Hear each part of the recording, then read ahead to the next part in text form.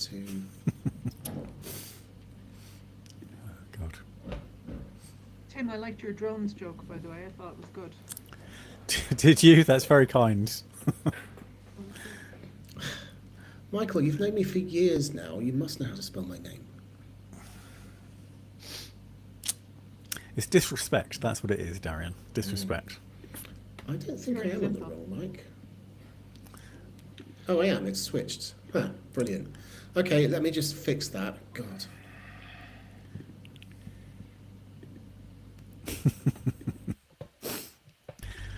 Oh, God. I can't believe it actually changed that. Like, No, you're buzzing. Okay. okay, Yeah. All right. I've Right. turned myself down a little bit. it's only 4 minutes past 1. That's not too bad. We've been worse, I'm sure. Look at Roche looks so sad in that poor Riley's pick. Can't say I blame her. Running Duck, it's Darian, and yes, I am in the library. I do have a ghost behind me, actually. Yes. Right. Is that output okay, guys? Or am I too loud still? Before we You're start great. recording. It's good for me. You sound great. Tim is loud. Okay. I'll go down a little bit. Touch high still. Okay. How about that, guys? Yeah, it's good. Better. Okay. Let's accept that as okay, and we'll let's just go for it. I think, guys. Okay, yeah, Otherwise, we'll be here it's- forever. Well, if you give me 7 seconds, I can do a time check at 1:05, and then it will be beautiful and much easier to edit. 1:05 now. Okay. Happy, Darian? So happy. Hello and welcome to the PC Pro podcast. It is the 16th of January 2025. I'm Tim Danton, Editor-in-Chief of PC Pro.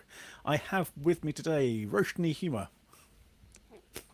Hello, everyone. Hi Rosh. So Rosh may be a little bit quiet on the live streams, but we should be able to sort that out in the final mix. Also Barry Collins. Hello, Tim. Barry, just, it's okay to be cheerful. You What? bring your most cheerful persona. Never knowingly cheerful, you know me, Tim. That is true. Okay, Darian, we are relying on you for cheer. Hello. Hooray. Oh my goodness. Okay, all right. It's going to be a lively one, folks. Strap in. All right. What shall we start off with? Let's see. The first story is, he said, having lost the stream because we've been having so many problems. With you, Barry, all about Ofcom. Yes, so Ofcom has announced this morning that measures to start protecting websites with age verification all of a sudden going to start kicking in. So this sort of comes in 3 parts. There's one that pretty much everybody has got to pay attention to who puts a website out there, which is a requirement to carry out what they call a children's access assessment. So basically, you've got to go through your website, and this includes pretty much anyone who publishes a website, and decide whether your service is likely to be accessed by children. And you've got 3 months to do that. It's how they will eventually decide what you need to do is another matter. But by the 16th of April, you will have to fill out this assessment that basically determines whether children are likely to access your website.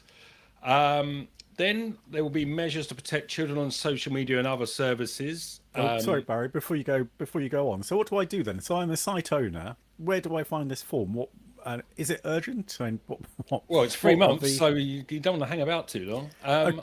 Well, I mean, what are the penalties if I don't fill out this form? And is Ofcom expecting the whole world to do it? I mean, it literally.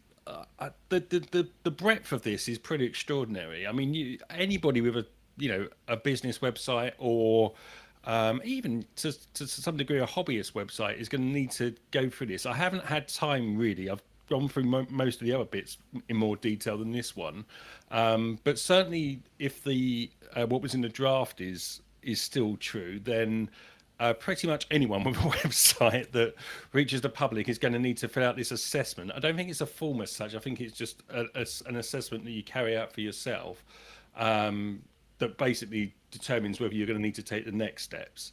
And the next steps are measures to protect children on social media and other user services. So they're going to publish another set of codes in April, and that means that basically services likely to be accessed by children, we need to conduct a children's risk assessment by July. So there's two strands of services, if you like. There's general websites that may be accessible by children, and then there's user-to-user services and social media sites. So that comes 3 months later. They'll publish the guidance in April, then you'll have to do your risk assessment by July. So that's, I guess, the Facebooks and Twitters of this world, or whatever they call it this week. And then we move on to pornography websites. Any service that delivers pornography will have to offer age assurance by July 2025, so 6 months away. And this is where things start to get very concerning. Now, if you read PC Pro about 3 or 4 months ago, we did a probe on this based on the early draft of Ofcom's regulations. They've been sort of consulted on this for some time. And basically, the Ofcom are taking something of a hands-off approach here. They're saying it's down to the pornographic websites to verify the age of their users using highly effective means of age verification. But we're not going to say what they are. We're not going to set any standards for these age verification sites. It's down to you guys to go and verify how good these services are for yourself. They are saying what kind of things they think are acceptable and what kind of things they aren't when it comes to age verification. On the acceptable list are open banking, so you can good luck with this, enter your bank details effectively into one of these age verification sites, and your bank will verify your age. You can submit photo ID, such as passports or driving license, and one of these sites will verify you. You can use face age estimation, where, and I've tested a couple of these services myself in the probe that we wrote a few months back, where you literally park yourself in front of your webcam and try and put your head into like an oval shape, and it says, yeah, that fella's 47, he's fine, let him in, get your kicks on, son. But as the my tests, and I do stress these were unscientific tests with a handful of my family, they managed to, of the two services we used, it got the ages wrong quite considerably, certainly for my children, who was a 14-year-old girl and a 20-year-old woman, and it sort of guessed that I was quite old. I was old enough to go and look at. Come on, Barry. How old did you say you were? It just, I mean, to be fair, most of them just said you're over 18 or you're in an age bracket of 35 to 50 or whatever, which is fair enough. Then there's MNO checks, so you can use your mobile network to verify you're old enough, because they apparently have your bank credit card details. Credit cards is another one. Here's a new one, email-based age verification. So they can use your email address and look at characteristics of the types of things you've signed up for, apparently, to determine whether you are an adult or not. That is a new one that's come out in this guidance this morning that wasn't in the draft as far as I'm aware. So I need to do a bit more digging into what the hell that is. But someone appears to have convinced Ofcom that just giving them your email address, they'll be able to work out how old you are from that. Well, anything that says AOL.com, you're fine. Well, quite. And then there's various digital ID services that they will allow too. This will apply to all pornographic websites that have a significant number of UK users. What is described as significant is not defined. Ofcom says it's basically down to you to decide whether you've got a significant number of UK users. There's no traffic figures, there's no percentage of your users. You've got to basically self-determine whether you've got a significant number of UK users. To quote directly, the Act does not define what is meant by a significant number of UK users for the purpose of considering the UK links condition. We consider the concept of significant number of UK users should be understood as meaning that the number of UK users on the service is material in the nature and context of the service in question, rather than the number of UK users of the service necessarily being a large or substantial number. What the hell that means, or how anyone's meant to decide whether they have a significant number of UK users, is frankly baffling. And I imagine all kinds of sites will use that as a wriggle out to determine they're not affected by this legislation. Well, But can I just? we're in for a whole world of joy for the next few months, it seems. Well, yeah, I'm just interested in your take, Roche, because you've been. Well, I've seen you even writing down notes like a Like a a lawyer. big SWAT, frankly. Yeah. So, what's your take on this this announcement? So, okay, so I only know about this through Barry, so I haven't done any like additional research, but how he's framed it, it sounds as if it's like it's just full of loopholes that you could drive a bus through. So first of all, businesses are busy. If they're left to determine what significant means or material means, well, then you can carve that up anyway. So can you imagine you're an American company and you've got a footprint in the UK, and it might be material from a UK perspective, but in an overall global perspective, they're saying, oh, it makes up like 1%, so it's not material for us or it's not significant. And so, number one, never let businesses define what's significant or material. Number two, businesses are busy, and even if they are, acting in good faith, it means then that they have extra work to do when it should be quite easy. It could be something like they could do something and say, look, if you've got over 20 British kids on your website, we consider that material and we don't want to see children going down. And then at least you've got a very clear threshold for these businesses to it. And you know what? And then it's a commercial decision for those businesses to say, do we want to go to all of this trouble and expense in order to meet these obligations in the UK, or will we just move out of this territory? And I think you're going to see more of that. And I do think as well that this is just the tip of the iceberg. So for a long time, a lot of these guys haven't been regulated. Regulation is coming, even in this form. And I'm tending to agree with Barry. I think it's a bit loose. A bit. But okay, let's put away our cynical hats for a moment and put on our optimistic hats. Can we not argue that this is the first stab that Ofcom is trying, and then it gets a response to this and hones things? Maybe it listens to the PC Pro podcast very sensibly, and takes on some advice from Roche. So is that not possible? And is it not actually trying to do a good thing? By trying to stop the children having such ready access to adult websites. Roche. So I'd say the road to hell is paved with good intentions. It's good actions that are required. This isn't 2005 where they're making a first stab in an industry and sector that they know nothing about. The data is in. We've seen the damage that can be done to children by allowing them on. And parents have got to step up and also take responsibility. But as a response by the regulator, it wouldn't have hurt if that they had crystallized the requirements much more clearly, so that businesses don't need to do the heavy lifting on it. Just tell them what they need to do, then they can make a commercial decision. So yeah, to your point, could we put a good spin on it? Well, is something better than nothing? Yeah, it is about 20 years too late. So, and also they could have got all of these stakeholders involved. There's a lot of stakeholders out there that have a really good ideas on how you can actually practically and workably implement authentication for young people. Like this email business, I mean, that sounds like a surveillance state. If you're doing email based, right, so you put in your email, and then based on the email, they can crunch that and say, well, you're after plushies and you're, signed up to TikTok. You're probably under 18.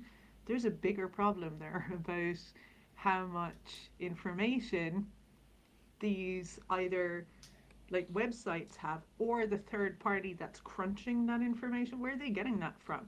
And who, and where is it housed? And where is it processed? And who has access? One of the examples I've just gone through on the email verification is that their email address was linked to a mortgage lender, for example. Now, I'm really struggling to even start to point out the obvious holes in that approach, because it's just baffling that this has even made it onto the list at this point. And you say, Tim, that's given them some credit. This might just be the first starting point. Well, they've been doing this for over a year. They started consulting this over a year ago, so they've had plenty enough time to work out things like what's effective and what isn't. And the simple truth is, right now, we don't know if any of this is effective because none of this is regulated. None of these companies, there's not even a sort of standards body or organization, apart from some very loose industry-owned generated organisations that is safeguarding, is approving these companies, is making sure that what they're suggesting about age verification is even accurate. All we can rely on is what they're telling us, that we're 99% accurate or whatever. There's no independent means of verifying any of these companies. And now Ofcom's saying within 6 months' time, all these sites have got to start using these companies, and Christ knows what's going to happen with people's data or ID or whatever, because nobody knows, frankly. I heard Kimmy Badenoch on the radio this morning saying that the Conservatives made errors in the past, like implementing Brexit without having an idea how to make it better. This feels like another one of those. We want to protect the children, but we've no real idea how to do it, and now we're just going to throw a load of things at the wall and hope something works.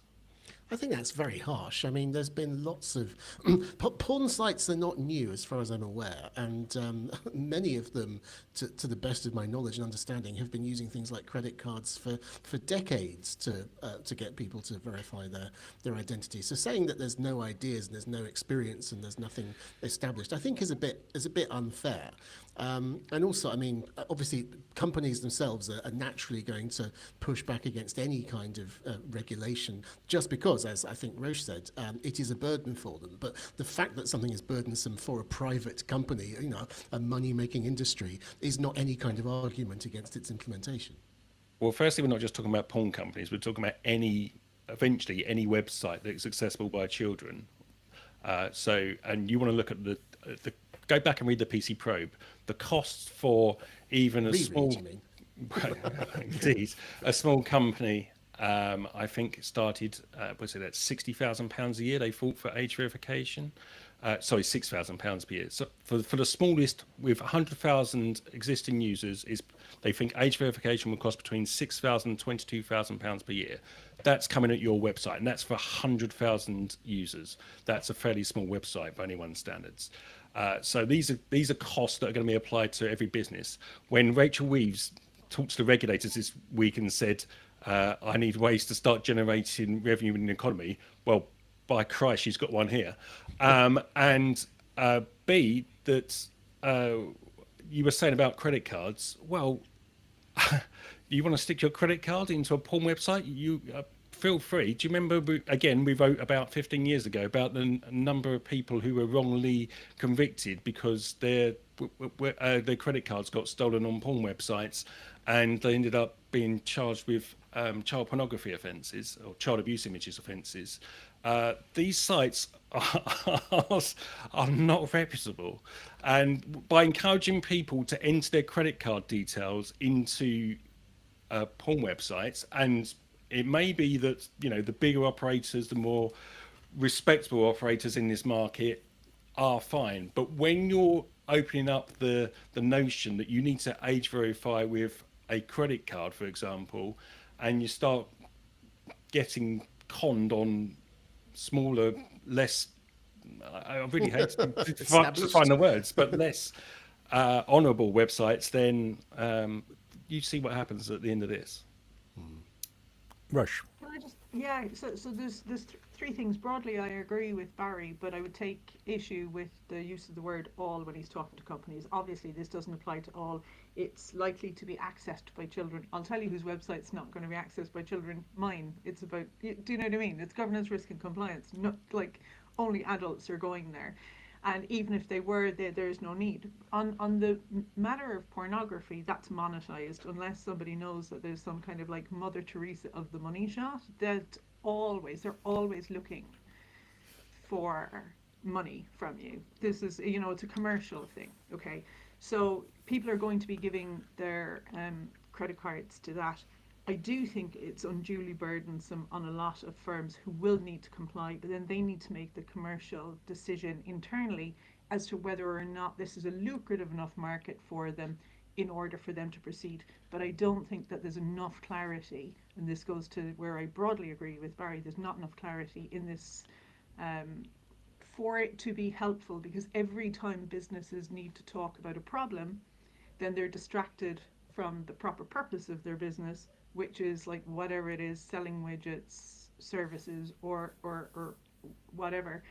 And so the longer that you have to spend on that problem, even if it's only discussing whether or not what significant means, that's all built-in costs for the business. And then, to Barry's point, then on top of that you might have £6,000, which is, by the way, always what you see whenever you have a new piece of regulation out. There are plenty of people out there that will charge like bulls in order to fix it, and then when things start to settle down and you can have some clarity on it, that's when the costs then start to be reduced. So I think that the early movers who are going to be desperate to comply will be, it's like a tax on them commercially. Yeah. All right, thank you, Roche, and also for the amazing praise of the Mother Teresa of the money shot, which has who said this? Yeah, James London says that's etched on his brain. So good work. Just You're welcome to. the PC Pro that Barry mentioned was in issue 359 of PC Pro, so that's six months ago. If you do want to go back to it. All right, thank you. Let's move on to the second story, which is with you, Roche. Yeah, so this is the issue of drones, and oh man, Do you know what, people, if you're just listening to the audio podcast, can I just suggest that you do watch us, because otherwise you're going to miss out on all the facial expressions that people pull. In this podcast alone, we've had Barry look so hurt, as if someone is physically torturing him in his chair, and Roche's face. I don't know quite what expression you pulled just then, Roche, but it was bewildered. Anyway.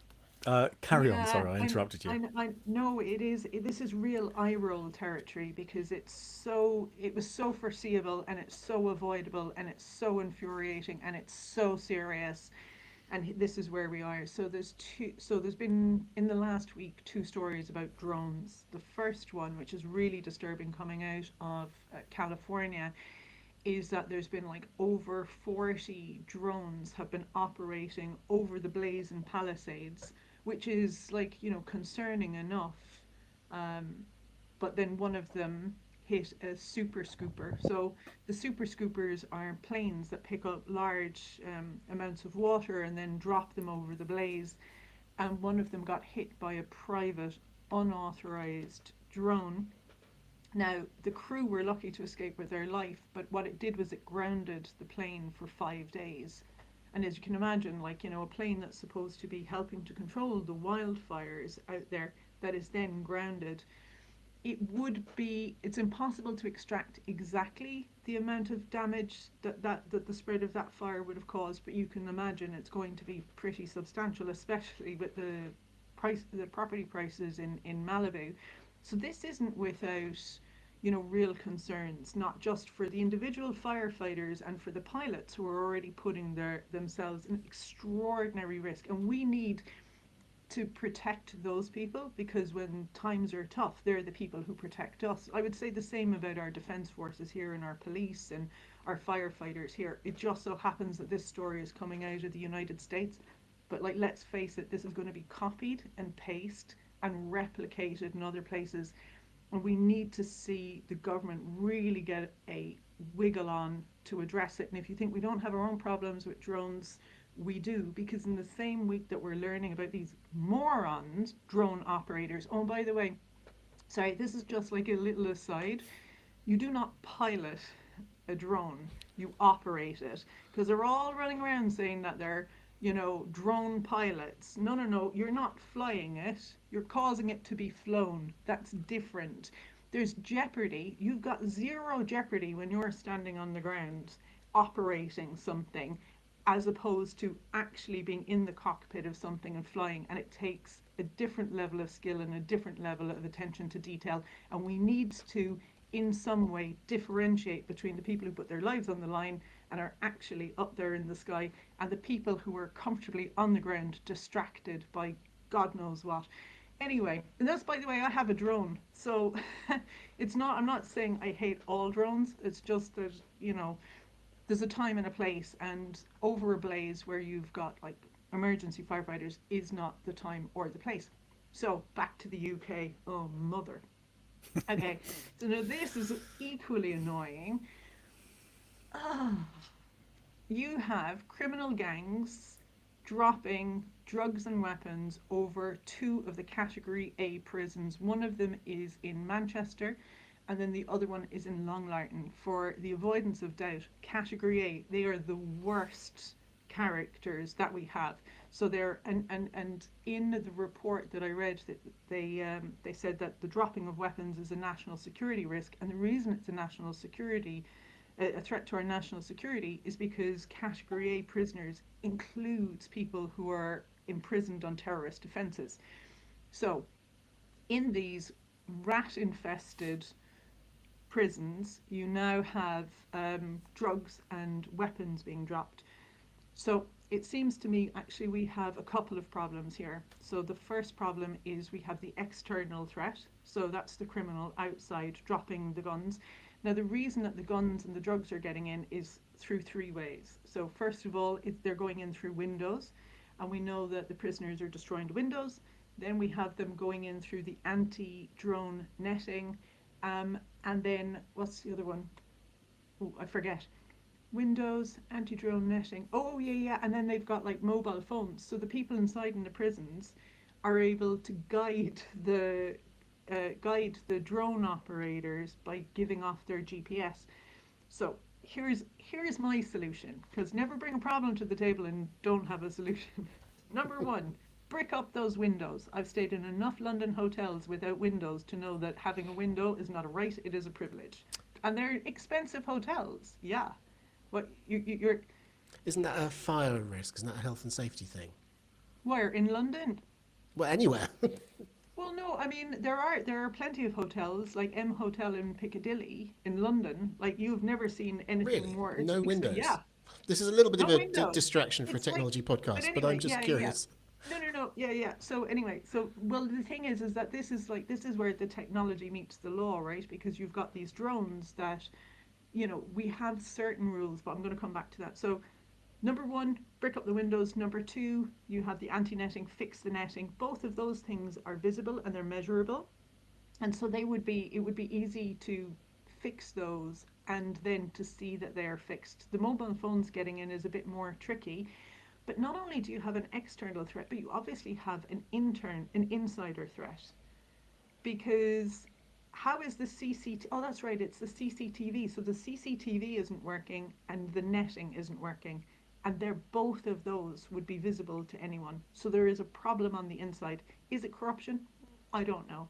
It may be a lack of resources, you know, because we know that they're rat infested, but we do know whatever the situation is internally, the government needs to step up, because the last thing we need is prisoners taking people hostage or escaping, and then we've got whatever it's going to cost to fix it now. If we don't fix it, we're going to have a bigger problem. And then that brings me to my final point, which is we need to really regulate the operation of drones up and down, in and out. You need to be licensed. There needs to be, yeah, yeah, the whole thing. And there's just not enough on it. And I had a look at the Airworthy Navigation Order 2016. Thought, oh, maybe that will have something. And it goes some way, but it doesn't go far enough. So there's a gap there. But I thought, well, I may as well write that up for a PC Pro on another day. That's my rant. That is your rant. Yeah, so there's quite a few things there. One thing I wanted to say is just actually drone technology is improving. So Barry and I obviously were in CES last week. And although I didn't actually see these drones myself, that I've read up about them since. And there's one which can now basically roll. So it's a drone. It's got eight propellers on it, and it can go sideways as well as going up and all the rest of it. So it's envisaged to be used in search and rescue, so it can go through tunnels and go into buildings that more that would be considered dangerous for humans, but its size and its maneuverability means that it's suitable for going in there, as well as having cameras, of course.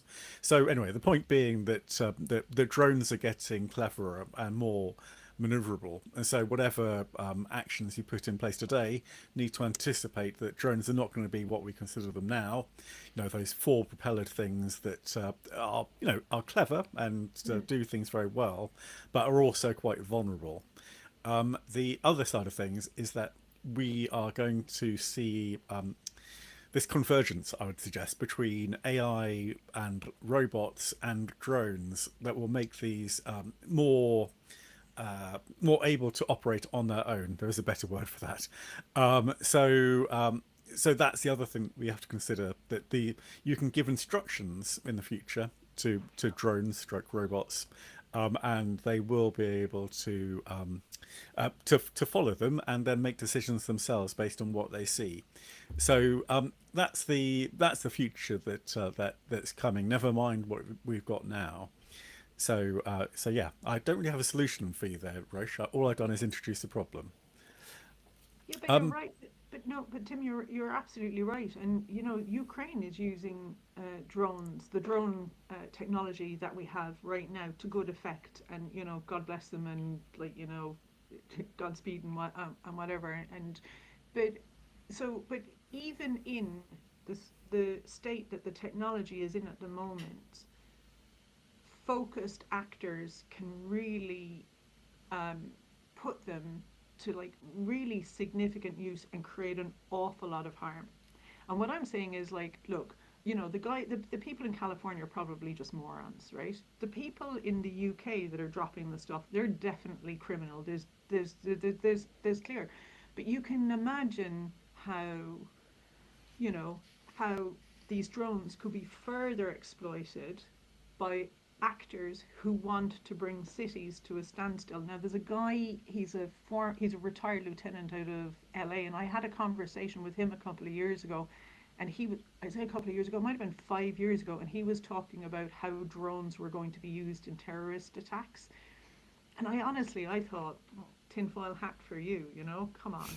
But really, we're seeing how they're being exploited, and if we do not start to, it's getting real, and the problems are, it's kind of like this. We had traditional crimes and traditional terrorist behaviors. Then everyone went on the internet, and so then we had cyber crimes and all of that. But now it's like the cyber crimes are sneaking into the real world, and the damage and the harm that these guys can do with very little resources. This is the issue. If you can ground a super scooper with $200 drone that you intentionally drive into a plane, we simply don't have a handle on it. And so that's why I would say, and I know I sound a little bit authoritarian, but I would rather we put the brakes on now, figure out then how to sort of release it. Because if we continue on our current trajectory, we're going to end up with massively sophisticated drones with longer battery life, with surveillance capabilities that we cannot control. There you go. That's why I'm so exercised about the drone situation, I think. I do hear what you're saying, but when have we ever stopped? When has technology ever put the brakes on? I can't think of a single time where we've gone, oh, do you know what? This is a little bit dangerous. No, you're quite right. I'm not saying we put the brakes on the technology. I'm saying we put the brakes on, so we regulate it really tightly. So, for example, it is only available to, I don't know, the emergency services, the defense, or what we do is that we have this system, we implement it, like with your mobile phone. I know you can get burner phones, but it should be extremely difficult for people to be able to buy drones without the proper authentication and authorization. You just shouldn't be able to get them shipped to you. And then and I think it would be technically trivial for them to build in, a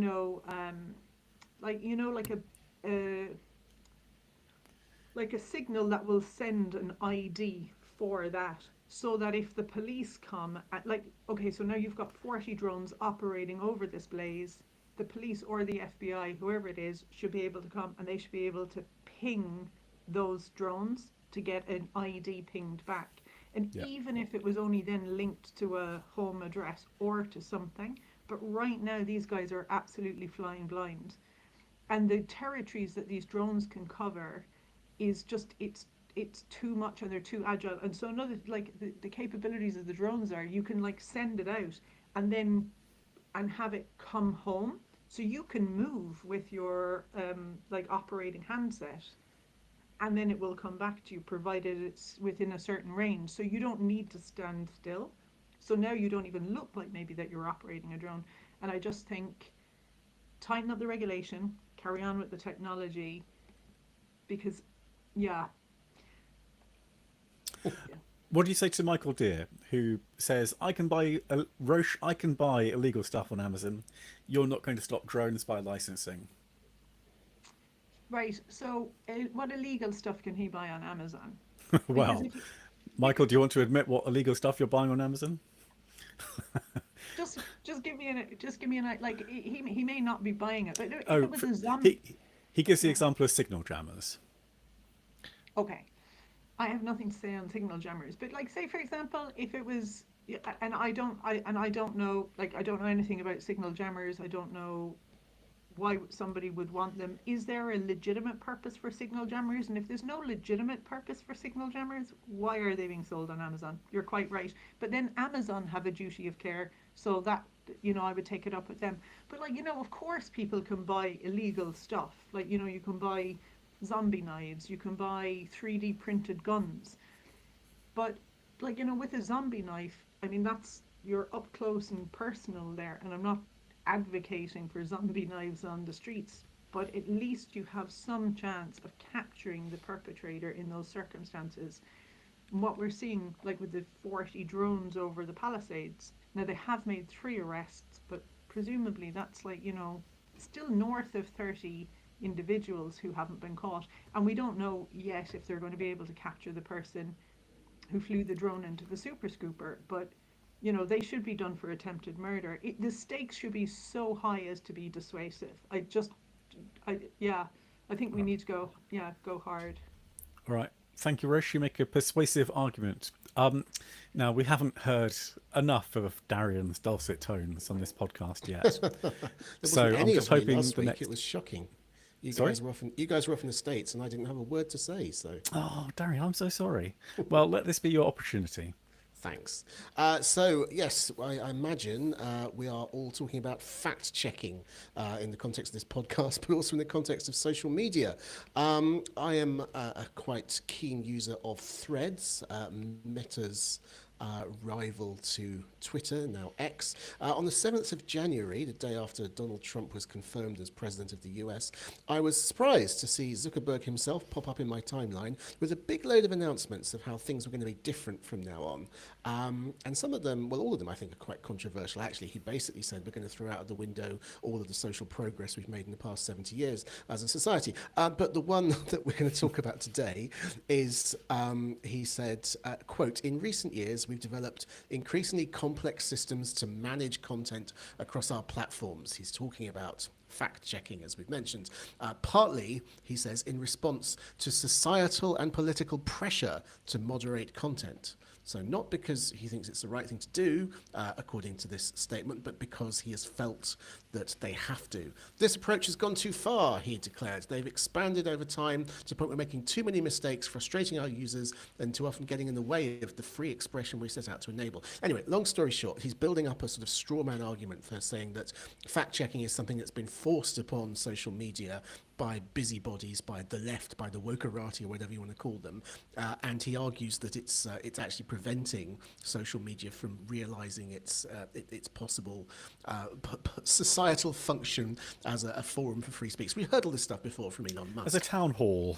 Yes, I suppose so. Although that always confuses me because, of course, in the UK, a town hall is somewhere you go to, like, get a dog license or something. It's not really a place for free discourse. Anyway,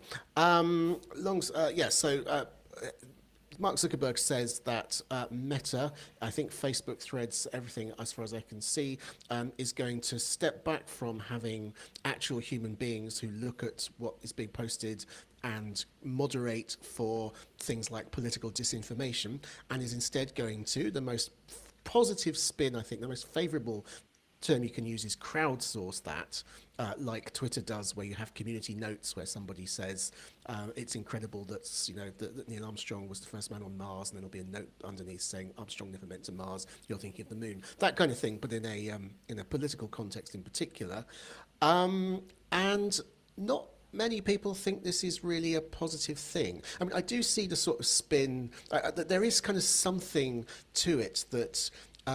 There is an argument that maybe social networks shouldn't be employing people to be the arbiters of truth. Maybe the network could be just a forum where the members deal with it among themselves. And there was this whole thing about being a platform provider. It's come up before in the context of online forums and so on. And I think even internet services, there's been a discussion about to what extent the carrier, the platform, is responsible for the accuracy or indeed safety of the information that's on there. But yeah, it does kind of feel a bit like a retrograde step. It feels a little bit like they're sort of just abdicating responsibility for. I mean, we have seen many times that Facebook does have the power to amplify dangerous messages, and any kind of step back from acknowledging that responsibility, going in the opposite direction, in fact. Is concerning. Nobel Peace Prize winner Maria Ressa is a famous journalist in the States who has described this as, quote, leading to a world without facts and a world that's right for a dictator. That last bit maybe suggests that maybe Zuckerberg has his finger on the pulse. Roche, you look like you're desperate to pitch in.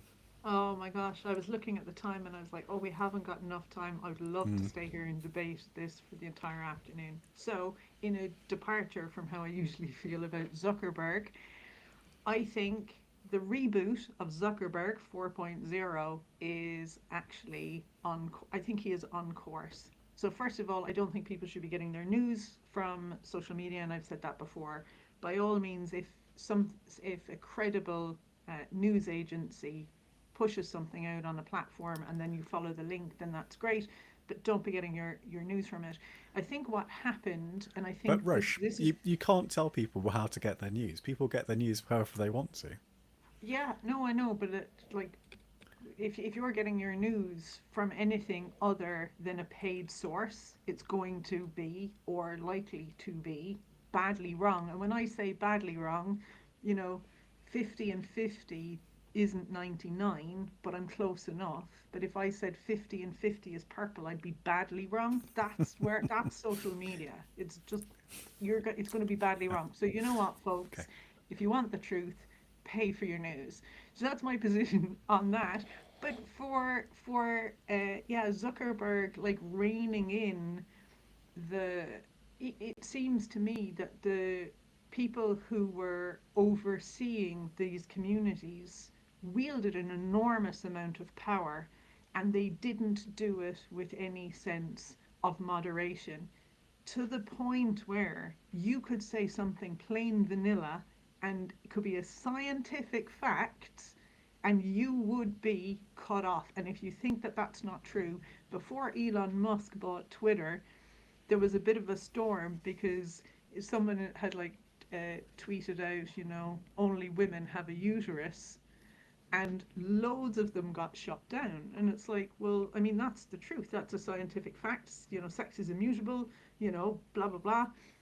And those things shouldn't be allowed to occur. Now, we're okay here in the UK because we've got the decisions from Forstater out of the Supreme Court, and then very recently the civil service have been told to roll things back. Yeah, go. Darian? Oh, no, sorry. You just reminded me there's a rather important, potentially important thing which I did not mention. At the moment, this is only happening in the US, and there's been, in fact, been some heavy pushback from Brazil instantly, saying that we cannot allow unregulated free speech on social media in this country. Zuckerberg has said they're only doing it in the US for now. There's no promise that he won't try to roll it out worldwide, but nothing has changed for the likes of you and me as of this moment. Yeah, but so in the UK we're actually okay because even though we don't wang on about free speech all of the time, we are actually protected here. And then you've got a couple of like really good recent decisions which crystallizes that at least in England and Wales, maybe so not so much in Scotland.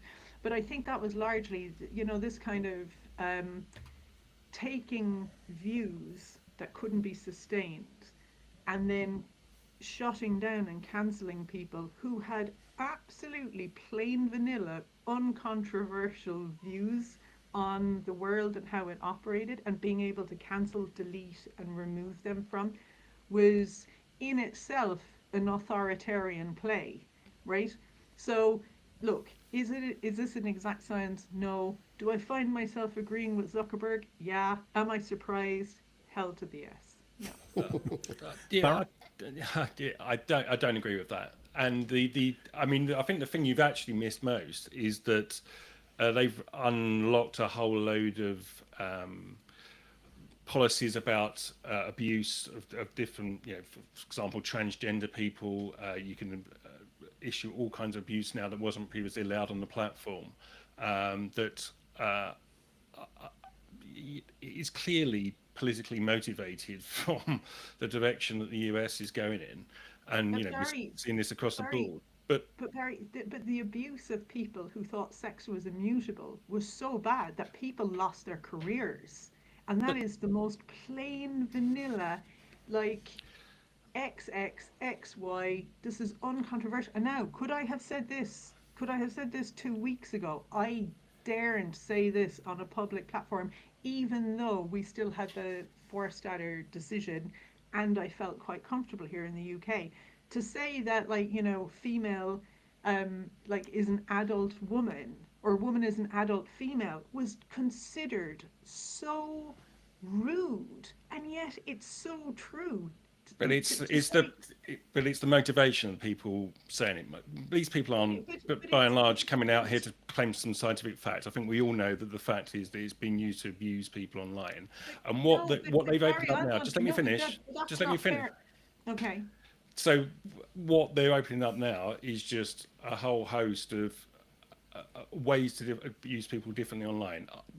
The, the, I think you said, Darren, we're just rolling back 70 years of progress as a society, and maybe this is what America's just voted for, but the rest of us haven't right now anyway.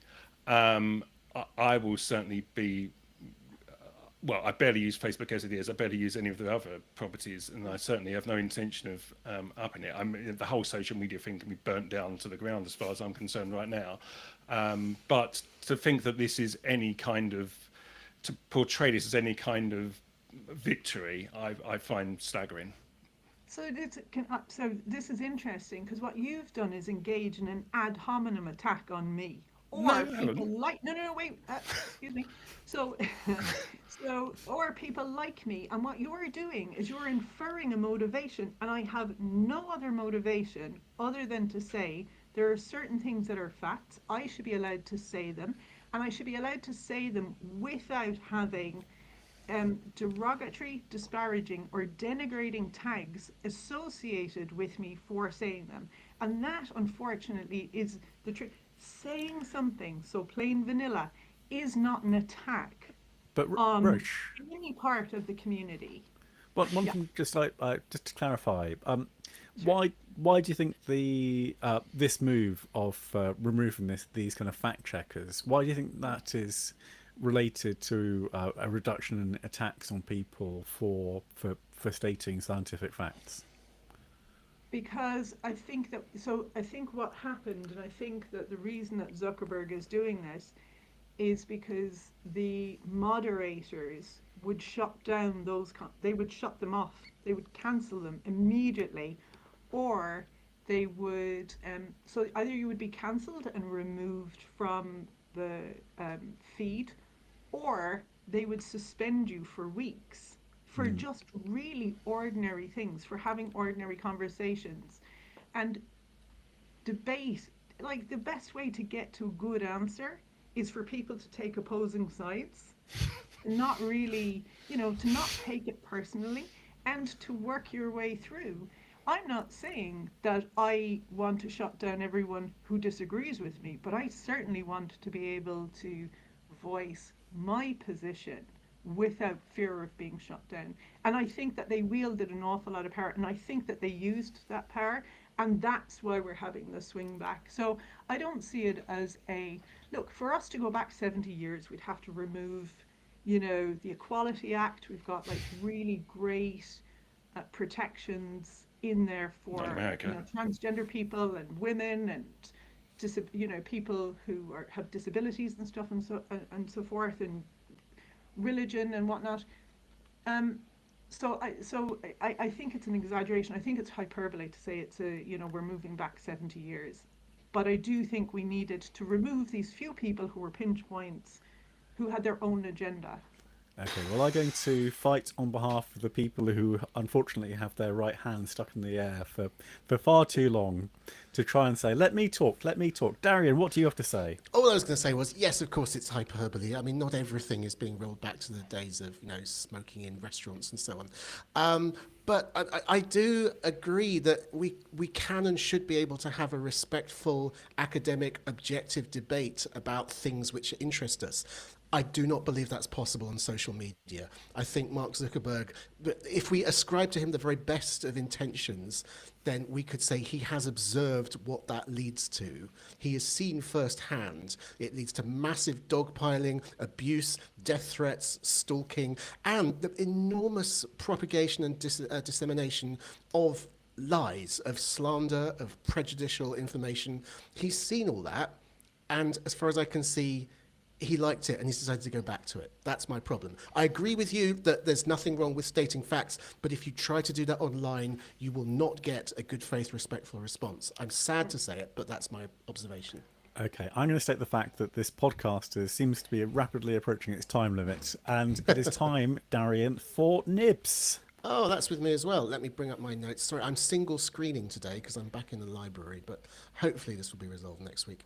Right, yes. So, Parallels. This was brought to our attention by Mr. Honeyball, who is always very interested in anything involving virtualization or emulation. The latest version of Parallels Desktop, I'm sure you know this is the software that lets you run Windows applications on your Mac. Parallels has been, it was a bit a bit stymied when Apple moved to the ARM-based Apple Silicon architecture, because of course Windows didn't run on Apple Silicon. Now you can run a version of Windows on Apple, but it's the ARM version. It's a bit slow, it's a bit clunky, it's a bit not fully supported. So the new version of Parallels Desktop includes an x86 emulation layer, or I should say x64 emulation layer, because it will only run 64-bit operating systems, but you can install Windows or Linux on your Apple Silicon Mac using the very latest version of this. And it's only in beta, I think. It's not available by default, but it is there. They also warn you it's very much a first stab. It doesn't currently support USB, doesn't support virtualization inside the Windows operating system, and performance is, according to Parallels publisher, what they just call Parallels. They say it is, quote, really slow. Windows boot time is about 2 to 7 minutes, depending on your hardware, and operating system responsiveness is also low. However, if you have a business critical Windows service that is the only thing stopping you from, fully rolling out lovely Mac, laptops and Mac Minis and so on, this could be a lifeline. Okay, thank you for that news in brief. Next okay, item, point please. taken. I was just interested in it. Next item, please, Darian. We've complained quite a lot about USB naming, and not just us, but in fact everybody on social media. This is another thing people get very animated about. So I'm pleased to say that the USB Implementers Forum has said we're no longer going to be marketing names like USB 3.2 Gen 2x2 or Super Speed USB 10 gigabits per second. Instead, all consumer branding is supposed to just say a speed. So if you buy a new laptop or docking station in the coming, well, probably it'll probably take a year to percolate through, but hopefully you will see just a little logo saying USB 40 gigabits or USB 80 gigabits or whatever, which should clear things up. And even better, they're also recommending, I don't think they can enforce this, but hopefully the recommendation will nevertheless make a difference, that this apply to cables as well. So no longer will we have to put up with people on the internet moaning about how they've got 6 different cables that all do different things. It should bring some clarity at last to the and make the serial bus universal again. Thank goodness. Okay, well, I'm fully behind that move. And your third and final nib, please, Darian. Yeah, you may have come across a company called Suno AI. If you haven't, I kind of envy you, because it's an AI music generating service that you can use to create your own lift music, or you can feed it prompts and things, and it'll write you a heavy metal song about your dog, or whatever it is you want. It's been very controversial, partly because its quality is quite variable, let's say, but also obviously people are looking down the line and saying, is this the end of artists, of real humans expressing something? The CEO, Mikey Schulman, in an interview with somebody I didn't note down, said this week, his explanation for why Suno is successful and why it's the future is, and I quote, "It's not really enjoyable to make music now. It takes a lot of time, takes a lot of practice. You need to get really good at an instrument or really good at a piece of production software. I think the majority of people don't enjoy the majority of time they spend making music." This has led to an explosive response, as I'm sure you can imagine. Everyone has leapt. Again, there's a lot of online activity in this week's podcast. Everyone has kind of leapt to say, "What an idiot! I love playing the guitar. It's my life. It's my dream. I'm a concert pianist. It's everything, etc., etc., etc." I think they're kind of willfully or otherwise slightly misreading what he's saying, though. It is true. You need to spend making music itself, playing a song, is very rewarding and pleasurable. Recording a song, the actual business of like doing the recording, doing the production, doing the publishing, oh my god, it's not very enjoyable for many people. I do understand why, like, even people who want to get their music out there will want to take some sort of AI assisted shortcut if they can. I think he maybe overspoke, but he's not that wide of the mark. All right, thank you, Darian. I would very, very briefly do a quick plug for the magazine, which is on sale right now today, which is, and it's got a big, thick Windows flash on the cover, so it'll be unmissable. And the reason for that is because of Barry's excellent feature, wasn't it, Barry? It was indeed, yeah. Yeah, about trying to help people navigate the minefield of choosing Windows in 2025. Because all the different versions. Anyway, it's all laid out in clear and beautiful detail by Miss Barry Collins in the next issue, in the current issue of PC Pro. We also talk about how to actually use DaVinci Resolve, not a music making software, in fact a video making software, but in fact it is surprisingly easy to do it, and DaVinci Resolve is free, so we do recommend you pick that up. And there's a big lovely group test on printers, because printers are still useful, and so we explain which ones to buy, and well, there's much more, but just for people who do like a spot of retro, I wasn't really aware of this, but there was a time where IBM and Apple were holding hands with each other, and it looked very much like they could, form an OS to destroy all other OSs, including Mac OS. And David Crooks walks us through that in retro this month. Barry, talk to me, please. I beg of you about NordVPN.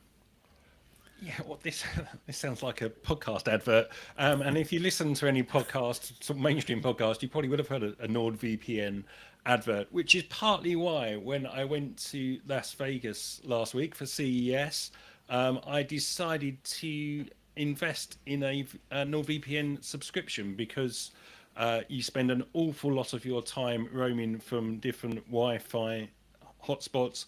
Hotel Wi-Fi is notoriously terrible for for being insecure and having your details nicked. So having tried NordVPN about 4 or 5 years ago, wasn't particularly impressed by it. I decided to give it another crack and see if it got any better in the meantime. And I'm pleased to say it has. So I installed it on my MacBook Pro I'm using here, my Android phone, and my iPad Pro, and it works seamlessly on all of them. and I'm very impressed by how much cleaner they've made the interface and how much simpler it is to use. So at its most basic level, you can just flick it on and it will excuse me, it will just point you to a VPN in the country you're currently in. Obviously, you can use the map and change that. So one of the really helpful things while I'm in Vegas, if you go to the BBC website, for example, you get the world version of the news, not the UK version of the news you're most interested in. You get adverts on the BBC website. If I switched to the UK, I could access iPlayer. I could get the UK versions of the news sites and stuff like that, which is great. Obviously, the main benefit of using a VPN is that it masks your traffic effectively from the from the access point you're currently using. So all they see is basically an IP address, traffic going back and forth, and it's a lot more secure way to operate. The on the phone, it's very good. It again, you can set it up to only operate when you're connected to Wi-Fi. So if you're running off your normal 4G, you don't have to have it switched on the full time. It's got smart settings that allow you to do that. Same on the PC here, or the Mac, sorry. You can say, this is my home network, don't connect to the VPN while I'm here, because even though the speeds are pretty good, there's very limited benefit to connecting to a VPN at home. So you can change the settings to make it only run when you're connected to a strange Wi-Fi network that you've not logged in it. And overall, I was just really impressed by the simplicity of it. It's not massively expensive. I think in the end, I just used the basic plan. I think that worked out to about 70 quid for 2 years, and you got 3 or 4 months thrown in for free. I think if you go to the website now, they're doing 3 months free, but that seems to vary from time to time. So I think for the relatively modest cost, they do sort of more advanced tiers with threat protection stuff and password managers, but I didn't think I really needed that. So for just for basic protection, something that's very simple to use, doesn't seem to have any great impact on system resources, switches itself on and off as and when you need it, I think it's pretty good. Did you use it on your phone as well? I did, yeah. I used it on the phone quite a lot. And, again, because we're connecting to Wi-Fi networks all the time. So, yeah, it works fine on the phone. Okay, I should probably clarify this. This is our hot hardware. Obviously, it's software. But roll with it. This is our hot hardware. Servers you're connecting to in other countries. That's true. That's true. And actually, just to say to people asking a few questions, issue 360, we did a roundup of VPNs, a group test of VPNs. It was made by KG Orphanadis, who I'm not sure if I've got their surname correct there, but they are an absolute expert in VPNs. They actually keep a log of how they perform over time as well. And the two that came out top of that were NordVPN and Surfshark, but for different reasons. But I recommend, if you are a subscriber, head back to issue 360 and take a good look through before making your choice. Sorry, Darren, I think you were going to say something. No, I wasn't actually. I was going to say, I think you pronounced Orphanidis correctly, but other than that, I've reviewed like dozens of VPNs in my time, and they all have, they all have different usability pluses and minuses, and some have clever features like the what's it called, the kill switch and so on. But for occasional, just if you're traveling just for a week or whatever, I find them kind of much of a muchness, to be honest. I mean, I know that is a simplification. But I don't know if Barry has lots of experience of using other VPNs, and if there's anything that makes NordVPN stand out. No, that's the thing. I mean, it's kind of a little bit of a commodity for if you just want it for a short-term travel. And although some of them say, this is the best one for getting Disney Plus or Netflix or whatever from abroad, there is a little bit of an arms race going on, and you can't guarantee that one that worked 6 months ago will still work for you when you go on holiday next month. No? But that is true, but some are more focused on it than others. Some are really very active on making sure that they will show streams, and you can track that over time. I think historically, I don't know if has tracked this, but I think I've found when I've done group tests, Nord is normally near the top of the ones for being able to access video streaming services and other regional restricted NordVPN got a clean sweep content. in the last so group there you test. go. Yeah. And I will say one sorry, of the go on, Murray. on one of the apps I use, a piano app, ironically, on my iPad that accesses YouTube. It spotted I was using a VPN and refused to use it. So it does have swings and roundabouts. Okay, well, let's do some voting. And just to emphasise, because I know VPNs, they do tend to be quite sponsored. We're not being sponsored. Yeah, We get zero money. I'll show you the receipt. I paid for this out of my own money, I promise you. Yeah, so hot hardware of the month, can't say it. Hot software of the month, week. Never mind. It's been a long year. Darian, is this hot or is it not? Well, like I say, I mean, I tend to think of VPNs as sort of commodities. I don't know if I would need the particular speed or capabilities of this one.